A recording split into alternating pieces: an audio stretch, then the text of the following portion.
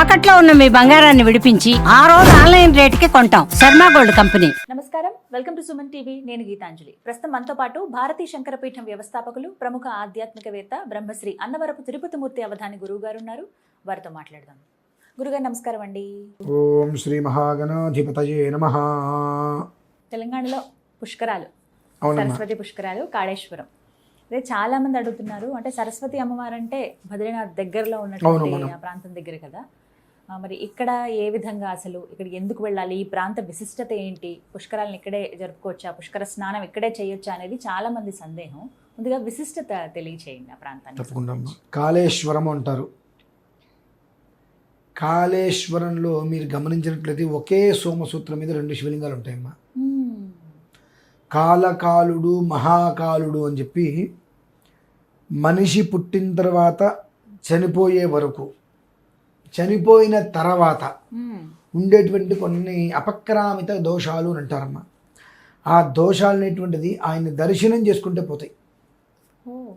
అంత విశేషం కాళేశ్వరానికి ఉంది. కానీ మనకేంటంటే అవన్నీ మనం పట్టించుకోం. చాలా విషయం ఏంటంటే అడవిలోంచి వెళ్ళాలి మాది ఆలయానికి కూడా. ఎక్కడో మూలకు విసిరేసినట్టుగా, నేను కొన్ని సంవత్సరాల క్రితం వెళ్ళినప్పుడు ఎక్కడో మూలకు విసిరేసినట్టుగా అడవిలో నుంచి, దిట్టమైన అడవి, చక్కగా అందులోంచి వెళ్ళాలి. ఎన్నో రకాలైనటువంటి వనమూలికలు అక్కడే ఉండటానికి, నేను దాని గురించి కొన్ని చరిత్రలు తెలుసుకున్నప్పుడు ఏం జరిగింది అంటే, ఆ రోడ్డు మొత్తం కూడా అటు ఇటు కూడా ఎన్నో రకాలైనటువంటి వనమూలికలతో కలిగినటువంటి వృక్షాలు అక్కడ ఉన్నాయి. పూర్వంలో చాలామంది యొక్క గృహ వైద్యాలు, ఇంటి వైద్యం చిట్కాలని చెప్పి ఉంటాయి. వారందరూ కూడా అక్కడ నివసిస్తూ అక్కడ ఉండేటువంటి మూలికలతోటి ఎటువంటి వ్యాధినైనా 5 లేక 6 రోజుల్లో దాదాపుగా నయం చేసి పంపించేసేవాళ్ళట. అటువంటి అద్భుతమైనటువంటి మూలికలు ఆ మార్గం నిండా ఉన్నాయి.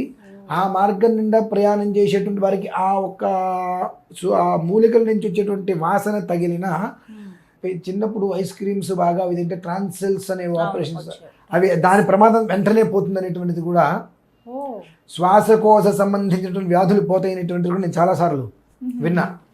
అంత అద్భుతం.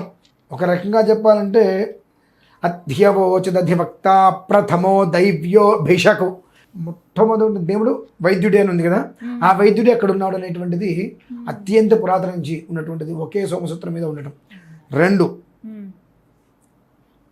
సరస్వతీ నది. ఆ సరస్వతీ నది అనేటువంటిది ఎక్కడ ఉన్నప్పటికీ కూడా అంతర్వాహినిగానే ఉంటుందండి ఆవిడ. ఎందువలనంటే సరస్వతి అంటేనే జ్ఞానం. ఒక మనిషిని చూసి మనం జడ్జ్ చేయకూడదు ఎప్పుడు కూడా. ఆ మనిషి పిచ్చివాళ్ళలాగా ఉండొచ్చేమో, అతనికి ఉండే జ్ఞానం గురించి ఎవరికి తెలియదు, ఎంత జ్ఞాన సంపన్నుడు అన్నది.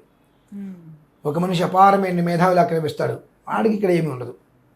అంటే ఎవరిని కూడా మనిషిని చూసి, మనిషి ముఖాన్ని చూసో, అతని జుట్టుని చూసి, అతను కట్టుకున్న బట్టను చూసి మనం జడ్జ్ చేయకూడదు అంటారు చూసారండి. దానికి మూలం జ్ఞాన సరస్వతి. ఆ సరస్వతి నది అనేటువంటిది అంతర్వాహినిగా సంగమం. అది విశేషం. మామూలుగానే అక్కడ స్నానం ఆచరించడం కోసం ఎన్నో ప్రయత్నాలు చేస్తుంటారు. ఆ ప్రయత్నాలన్నీ కూడా వ్యర్థాలు అవుతూ ఉంటాయి. ఎందువల్లనంటే దానికి మోక్షగుండం అనేటువంటిది కూడా ఒక పేరు.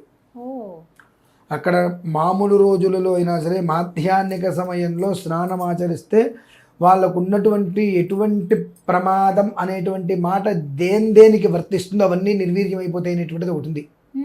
కానీ ఆ రాతని తప్పించుకునే యోగ్యత లేకపోతే అక్కడికి వెళ్ళలేరు అనేటువంటిది కూడా ఒకటి ఉంది. మరి ఈ మధ్య కాలంలో జనాలు వెళ్తున్నారని మినహాయిస్తే ఒకనొక, నాకు తెలుసు 10 సంవత్సరాల క్రితం ఎవ్వరు అలా ఉండేది వాతావరణం. ఈ మధ్యకాలంలో కాస్త రోడ్లన్నీ కాస్త ఖర్చుగా వేయించడాల వల్ల ఏదైనా వెళ్ళే అవకాశాలు ఉండొచ్చు. అది కూడా యోగ మార్గం. ఆ యోగం అనేటువంటి మనిషికి ఉండాలి. అంతటి చక్కటి స్వామివారి యొక్క సన్నిధిలో ఉన్నటువంటి సంగమం, దానికి పుష్కరం రావడం అనేటువంటిది జన్మల అదృష్టమమ్మ. కృష్ణ, గోదావరి, సరస్వతి త్రివేణి. గంగే చ యమునే కృష్ణే గోదావరి సరస్వతి 5. అంటే ప్రతిదాన్ని మనం కొన్ని ప్రణాళికలుగా తీసుకోవాలి. ఈ పుష్కరానికి సంబంధించిన విషయం ప్రధానంగా ఒక్కొక్క పుష్కరానికి ఒక్కొక్కటి ఉంటుందమ్మా. దీనికి ఉన్నటువంటిది ఏమిటి అంటే వృద్ధికి మూలం. వృద్ధి అనేటువంటిది అనేక రకాలుగా ఉంటుంది. అది డబ్బనే కాదు, కుటుంబం కావచ్చు, ఏదైనా కావచ్చు, వృద్ధికి మూలం 5 అనేటువంటిది సౌభాగ్యం. ఆ సౌభాగ్యం అనేటువంటిది కేవలం బొట్టు పెట్టుకుంటేనే కాదు కదమ్మా. గాజులు వేసుకుంటేనే, తల్లో పూలు పెట్టుకుంటేనో, కాళ్ళకి మట్టెలు పెట్టుకుంటేనే, పారాయణ రాసుకుంటేనే, మెలో మంగళసూత్రం పెట్టుకుంటేనే కాదు, అంతకు మించి ఉండాలి. పుం అనేటువంటి నరకాన్ని తప్పించేటువంటి పుత్రుడు, ఆ సంతానం కూడా ఉంటేనే సౌభాగ్యానికి మూలం. అంతటి యోగాన్ని ఆ పుష్కర సమయంలో ఉండేటువంటి కొన్ని విధానాలను అనుసరిస్తే వెంటనే ఆపాదిస్తుంది మా యోగం. అంత యోగం కూడా దానికి ఆపాదించి ఉన్నది. జ్యోతిష్యంలో 5వది పంచమ స్థానం అంటారు కదా, అది పుత్రస్థానం 5 అనేటువంటిది. సరస్వతి కూడా 5. అంతర్వాహిని, అంతర్వాహిని అనేటువంటిది అది బయటకు కనిపించదమ్మా, లోపల నుంచి ప్రవేశిస్తూ ఉంటుంది. అలాగే గర్భస్థ శిశువు కూడా లోపలే ఉంటాడు. కొన్ని ఒకదానికొకటి అనుసంధానాలు ఉంటాయి.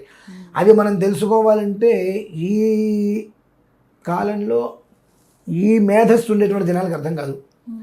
అంతర్వాహిని సరస్వతి నదికి, పంచమ స్థానంలో ఉండేటువంటి దానికి, గర్భస్థ శిశువు లోపల ఉండేటువంటి దానికి అనుసంధానం ఎలా అనేటువంటి విషయం వాళ్ళు తలకిందులకు తపస్సు చేసుకున్న బుర్రలేని వ్యక్తికి అర్థం కాదు. కొంచెం జ్ఞానం ఉన్నటువంటి వ్యక్తికి దాని అనుసంధానం అర్థమవుతుందమ్మా. అంత విశేషమైనటువంటిది, కొన్ని లక్షల మంది జీవితాలను ఉద్ధరింపజేసేటువంటిది. ఇందాక అనుకున్నాం 5 అంటే సౌభాగ్యం అంటే ఉద్ధరింపబడటం అన్ని రకాలుగా కూడా. ఆ ఉద్ధరింపజేసేటువంటి అద్భుతమైనటువంటి యోగం ఒక రకంగా మనకు లేని అదృష్టం ఒక రకంగా మనకు ఆపాదించిందండి. అంటే ఏమిటి అంటే సరస్వతి నది అంటే మనకు తెలిసి అందరికీ కూడా బద్రీనాథ్ అలాగే ప్రయాగరాజ్ అక్కడ అంతర్వాహినిగా వెళ్తుందని అందరు అక్కడికే వెళ్ళిపోవాలని చెప్పి అనుకున్నారు. కానీ యుద్ధ ప్రతిపాదిక వలన అటువైపు మొత్తం కూడా క్లోజ్ అయిపోవటం వలన ఆ యోగం మనకు పట్టిందమ్మా. మనకు పట్టింది ఏమిటంటే ఆ ఒక్క యోగం అక్కడికి వచ్చి స్నానమాచరించడం వలన ఆ మునిగి లేస్తే శిరస్సు మీద నుంచి ఆ నీళ్లు మొత్తం ఇలా పాదాల మీద ఇలా బయటికి వెళ్ళిపోతాయి. ఆ రకంగా మన పాపాలన్నీ కూడా నిర్వీర్యం అయిపోతాయి. అంతటి విశేషమైనటువంటి యోగం మన తెలంగాణకి కాకుండా, తెలుగు రాష్ట్రాలకి కాకుండా, ఈ పరిసరాల వాళ్ళందరికీ కూడా వచ్చింది కనుక ప్రతి ఒక్కరూ ఆ ఒక్క యోగాన్ని సద్వినియోగం చేసుకొని పుష్కర స్నానం ఆచరించి తీర్థ విధులను పురస్కరించుకోవడం ఒక విధానం. ఇంతకు మించి అనేక దోషాలకి మూలం పితృదోషం, అనేక ఇబ్బందులకు మూలం. ఆ పితృదోషం అనేటువంటిది ఈ పుష్కర విధిలో పరిపూర్ణంగా నిర్వీర్యం అయిపోతుందమ్మా. అంతే, ఒకటే తెలుసుకోవాలి అందరూ కూడాను. మనందరికీ ఇంకా సులువైన మార్గం దగ్గరగానే ఉంటుంది కాబట్టి తెలుగు రాష్ట్రాల వాళ్ళే కాదు, నాకు తెలిసి మహారాష్ట్ర, కర్ణాటక వీరు కూడా వచ్చే అవకాశం ఉంది కదా గురు. అవునమ్మా, ఎక్కడెక్కడి నుంచి ఎవరైనా రావచ్చు, ఎలా అయినా రావచ్చు. ప్రతి ఒక్కళ్ళకి కూడా పాపం నుంచి పూర్తిగా బయటపడతారు. అంతేకాకుండా మనిషిని అన్ని రకాలుగా ఏడిపించేటువంటిది, ఇందాక మనం చెప్తున్న అన్ని దోషాలలో కల్లా మూలమైనటువంటిది, ప్రధానమైనటువంటిది పితృదోషం. ఇందులో వైదిక విధానం ఒక రకమైన ఆచరిస్తారు, దైవిక విధానం ఒక రకంగా ఆచరిస్తారు. అదేంటి వైదికమన్నా దైవికమన్నా ఒకటే కదండి, మీరేంటి రెండుగా చెప్పారు, విడిగా మాట్లాడుతున్నారు. వైదిక విధానము అంటే అక్కడ ఈ పుష్కర సమయంలో యజ్ఞయాగాది క్రతువులు చేస్తే విశేషమైన ఫలితం. ఒక రుద్రాభిషేకం చేసుకున్నా, ఏదైనా ఒక యాగం చేసినా సామాన్యమైన ఫలితం కాదు. అది వైదిక విధానం. దైవిక విధానం అంటే పితృదేవతలకు, దేవత అంటే పితృదేవత మొట్టమొదలు, తర్వాత వీళ్ళందరూ కూడా తత్మావులంతా దైవిక విధానం. ఈ పితృదేవతల ఆరాధన, వాళ్ళకి చేయవలసిన అనేక రకమైనటువంటి ఆరాధనలు ఎన్నో రకాలుగా ఉంటూ ఉంటాయి. వాటిని ఈ రెండు మనకు ఎలాంటి రుణము అనేటువంటిది లేకుండా రుణగ్రస్తుల్ని సైతం రుణ విమోచనం చేసేటువంటిది పుష్కర విధి. ఆ పుష్కర విధిలో చేసేటువంటిది వారి యొక్క విధానాన్ని అనుసరించి వైదిక కృతులు అందించుకోవటము, లేదంటే దైవిక కృతులు చేసుకోవటము వలన రుణం అనేటువంటిది లేకుండా ఆ రుణం అనేటువంటి స్థితికి ఏర్పడతారమ్మా పరిపూర్ణంగా. అరుణం అంటే రుణమే ఉంటుంది ఎప్పటికీ కూడా. ఉదయించే సూర్యుడు ఎప్పుడు ఉదయిస్తూ ఉంటాడు అన్నట్టుగానే ప్రతి మనిషికి కూడా యోగదాయకంగానే మార్చేటువంటి మహత్తరమైన యోగం ఆ ఆలయానికి ఉంది. ఆ ఆలయాన్ని ఆనుకున్నటువంటి సంగమం మళ్ళీ అది. మన పరివాహిక ప్రాంతాలలో ఒక స్నానం చేయటం వలన, ఒక దర్శనం వలన, ఒక తర్పణ వలన 3 రుణాలు తీర్చుకోవచ్చమ్మా. దేవ ఋషి పితృ రుణాలు అంతే. అది ఆ క్షేత్రం మనకు కాళేశ్వర క్షేత్రం.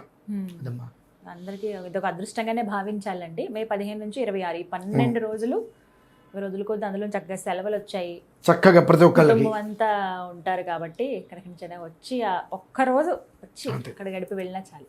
ధన్యవాదాలు గురుగారు. నమస్కారం. పరమేశ్వర.